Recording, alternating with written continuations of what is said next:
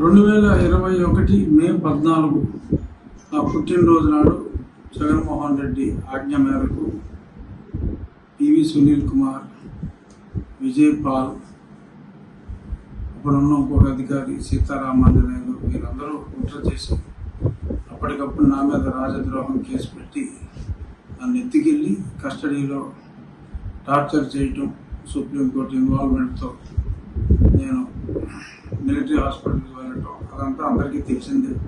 నన్ను చంపాలని చూడటం, ఆ గుంటూరు హాస్పిటల్ సూపరింటెండెంట్ దొంగ రిపోర్ట్లు ఇవ్వటం, దాన్ని మిలిటరీ హాస్పిటల్ హైకోర్టు న్యాయమూర్తి పర్యవేక్షణలో, ఇప్పుడు రిజిస్ట్రార్ జనరల్ తర్వాత న్యాయమూర్తి అయ్యారు, వారి పర్యవేక్షణలో జరిగిన రిపోర్ట్స్లో ఏం చెప్పారు ఇవన్నీ కూడా పెట్టి నన్ను ఏ విధంగా హింసించింది, వీరి మీద ప్రేరేపించిన ముఖ్యమంత్రి మీద, వీరందరి మీద చర్యలు తీసుకోవాలి, కేసు బుక్ చేయాలని చెప్పి ఈరోజు నేను గుంటూరు ఎస్పీ గారికి కంప్లైంట్ ఇవ్వటం జరిగింది. తప్పకుండా దాని మీద యాక్షన్ ఉంటుంది, అది కేసు రిజిస్టర్ చేయాలి. గతంలో నేను సుప్రీంకోర్టుకు వెళ్ళటం, తర్వాత వారు హైకోర్టుకు వెళ్ళమంటాం అన్నీ జరిగినాయి. ఎందుకంటే ఇక్కడ కేసు రిజిస్టర్ చేయాలన్నా పట్టించుకునే వాళ్ళు లేడు. అందుకని కేసు రిజిస్ట్రేషన్ చేయడానికి నేను కోర్టులను ఆశ్రయించవలసి వచ్చింది.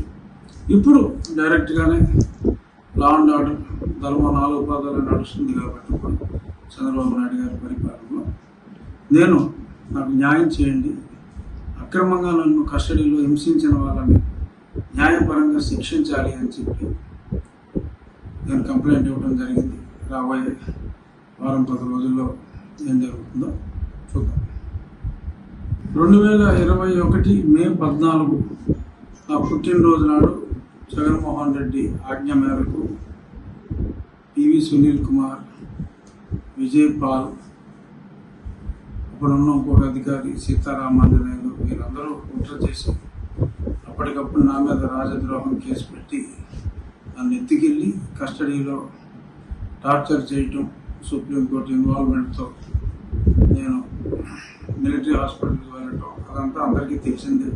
నన్ను చంపాలని చూడటం, ఆ గుంటూరు హాస్పిటల్ సూపరింటెండెంట్ దొంగ రిపోర్ట్లు ఇవ్వటం, దాన్ని మిలిటరీ హాస్పిటల్ హైకోర్టు న్యాయమూర్తి పర్యవేక్షణలో, ఇప్పుడు రిజిస్ట్రార్ జనరల్ తర్వాత న్యాయమూర్తి అయ్యారు, వారి పర్యవేక్షణలో జరిగిన రిపోర్ట్స్లో ఏం చెప్పారు ఇవన్నీ కూడా పెట్టి నన్ను ఏ విధంగా హింసించింది, వీరి మీద ప్రేరేపించిన ముఖ్యమంత్రి మీద, వీరందరి మీద చర్యలు తీసుకోవాలి, కేసు బుక్ చేయాలని చెప్పి ఈరోజు నేను గుంటూరు ఎస్పీ గారికి కంప్లైంట్ ఇవ్వటం జరిగింది.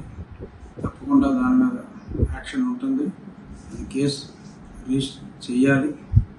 గతంలో నేను సుప్రీంకోర్టుకు వెళ్ళటం, తర్వాత వారు హైకోర్టుకు వెళ్ళమంటాం అన్నీ జరిగినాయి. ఎందుకంటే ఇక్కడ కేసు రిజిస్టర్ చేయాలన్నా పట్టించుకునే వాళ్ళు లేడు.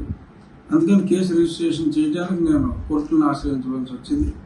ఇప్పుడు డైరెక్ట్గానే లా అండ్ ఆర్డర్ ధర్మ 4 పాదాలు నడుస్తుంది కాబట్టి చంద్రబాబు నాయుడు గారి పరిపాలనలో నాకు న్యాయం చేయండి, అక్రమంగా నన్ను కస్టడీలో హింసించిన వాళ్ళని న్యాయపరంగా శిక్షించాలి అని చెప్పి నేను కంప్లైంట్ ఇవ్వడం జరిగింది. రాబోయే వారం 10 రోజుల్లో ఏం జరుగుతుందో చూద్దాం.